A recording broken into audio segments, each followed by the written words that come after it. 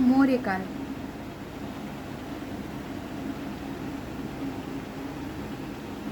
322 ईसा पूर्व से 185 ईसा पूर्व तक चला।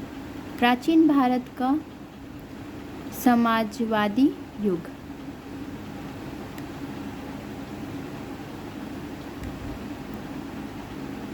मौर्य काल का परिचय क्या है, देखिए। मौर्य समाज भारत का पहला बड़ा और संगठित साम्राज्य था, जिसकी स्थापना चंद्रगुप्त मौर्य ने लगभग 322 ईसा पूर्व में की। यह समाज 185 ईसा पूर्व तक चला और इसका सबसे प्रसिद्ध शासक सम्राट अशोक था। मौर्य वंश का वर्णन भारतीय और विदेशी दोनों स्रोतों से प्राप्त होता है, जैसे अर्थशास्त्र, इंडिका, बौद्ध और जैन ग्रंथों से। चंद्रगुप्त मौर्य 322 से 298 ईसा पूर्व मौर्य साम्राज्य के संस्थापक, मगध के अंतिम नंद राजा धनानंद को हटाकर सत्ता प्राप्त की। चंद्रगुप्त मौर्य ने धनानंद को मार करके वो अपना साम्राज्य बनाया। चाणक्य, जिनका नाम कौटिल्य भी है, उनके प्रमुख मार्गदर्शक थे, यानी कि उसके शिक्षक थे एक तरह से बोले तो। यूनानी आक्रमण के बाद चंद्रगुप्त ने सिकंदर के सेनापति सेल्यूकस निकेटर को हराया और उसे ईरान, बलूचिस्तान और अफ़गानिस्तान के क्षेत्र प्राप्त किए। प्रमुख उपलब्धियां उनकी थी: एक संगठित प्रशासन की नींव रखी, साम्राज्य की राजधानी जो था उसको पाटलिपुत्र को बनाया गया, सेल्यूकस से संधि कर विवाह संबंध स्थापित किया। चाणक्य का लिखा ग्रंथ अर्थशास्त्र प्रशासनिक ज्ञान का महत्वपूर्ण स्रोत है।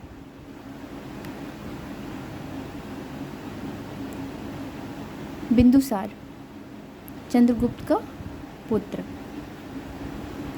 298 ईस्वी से 273 ईसा पूर्व चंद्रगुप्त का पुत्र और उत्तराधिकारी था। कौन? तो बिंदुसार। ग्रीक इतिहासकार उसे अमित्रघात कहते हैं। समाज को दक्षिण भारत की ओर बढ़ाया, नर्मदा के दक्षिण तक पहुंचा। धर्म अजीविक संप्रदाय का अनुयायी था। शांति प्रिय और सांस्कृतिक शासक के रूप में प्रसिद्ध था बिंदुसार। सम्राट अशोक 273 से 232 ईसा पूर्व तक मौर्य वंश का सबसे प्रसिद्ध सम्राट कौन था? तो सम्राट अशोक था। प्रारंभ में एक समाजवादी विजेता 261 ईसा पूर्व में कलिंग युद्ध के बाद आहत होकर के बौद्ध धर्म की ओर प्रवृत्त हुआ, मतलब चेंज कर लिया। शांति, करुणा और धर्म प्रचार उसके शासन के मुख्य स्तंभ बने। कलिंग युद्ध और परिणाम। कलिंग युद्ध एकमात्र युद्ध जिसमें अशोक ने भाग लिया। भारी जनहानि और विनाश के बाद अशोक ने हिंसा त्यागी। युद्ध के बाद उन्होंने धम्म का प्रचार शुरू किया। उन्होंने कहा, मैं अब और युद्ध नहीं कर पाऊंगा, बल्कि प्रजा की सेवा करूंगा। अशोक का धम्म क्या था? धम्म नैतिक नियमों का एक सामाजिक दृष्टिकोण था। यह कोई नया धर्म नहीं था, बल्कि नैतिकता, सहिष्णुता, दया और करुणा की संहिता थी। इसके प्रमुख तत्व सभी धर्मों का सम्मान करना था, माता पिता की सेवा करना था, जीवों के प्रति दया दिखाना, सत्यवादी सत्यवादिता यानी हमेशा सत्य बोलना, हिंसा का परित्याग यानी मारपीट लड़ाई झगड़ा ना करना,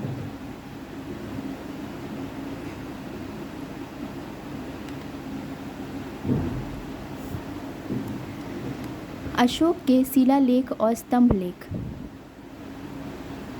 33 से अधिक शिलालेख और स्तंभ लेख ब्राह्मी, खरोष्ठी, अरमाइक, ग्रीक लिपि में है। प्रमुख स्थान गिरनाग, ढोली, खालात, शहबाजगढ़ी, लुम्बिनी। सारनाथ का शेर स्तंभ आज भारत का राष्ट्रीय प्रतीक है।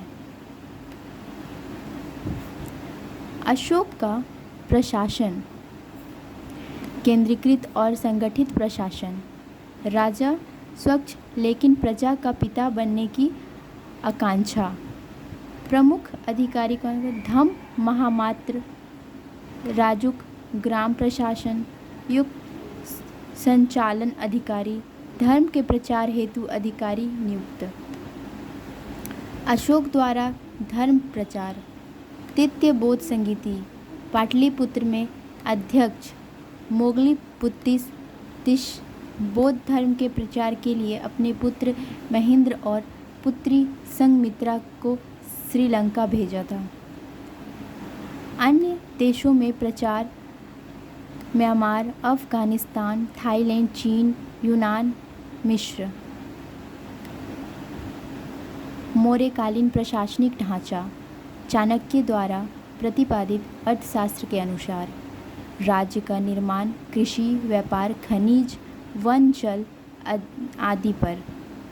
जासूसी तंत्र मजबूत था उनका। सेना में पैदल, घुड़सवार, रथ व हाथी, चतुरंग बल।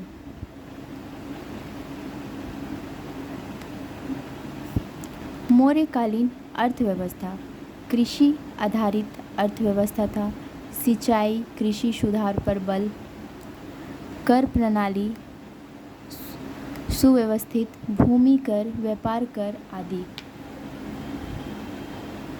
व्यापार के लिए सड़कें, धर्मशाला, सराय, नक्शे आदि का निर्माण। समाज और संस्कृति वर्ण व्यवस्था मौजूद, महिलाओं की स्थिति सीमित लेकिन धर्म प्रचार में भागीदारी, बौद्ध धर्म के कारण जाति भेदभाव में कमी, नगरों का विकास, पाटलिपुत्र, तक्षशिला, उज्जैनी। कला, स्थापत्य और वास्तु कला, अशोक स्तंभ, एकल पत्थर में निर्मित सुंदर नक्काशी, स्तूप निर्माण में सारनाथ हो गया, सांची हो गया, अमरावती में। गुफा वस्तुति बराबर और नागार्जुन की गुफा में आजीविक संप्रदाय को समर्पित। राष्ट्रीय प्रतीक क्या है? तो सारनाथ का सिंह स्तंभ है। साहित्य स्रोत अर्थशास्त्र चाणक्य द्वारा लिखा गया प्रशासनिक ग्रंथ है। बौद्ध साहित्य दीपवंश, महावंश, विनय पिटक। विदेशी स्रोत मेगास्थनीज की इंडिका, यूनानी राजदूत फाहियान और हैंगसॉन के वर्णन के बाद काल में।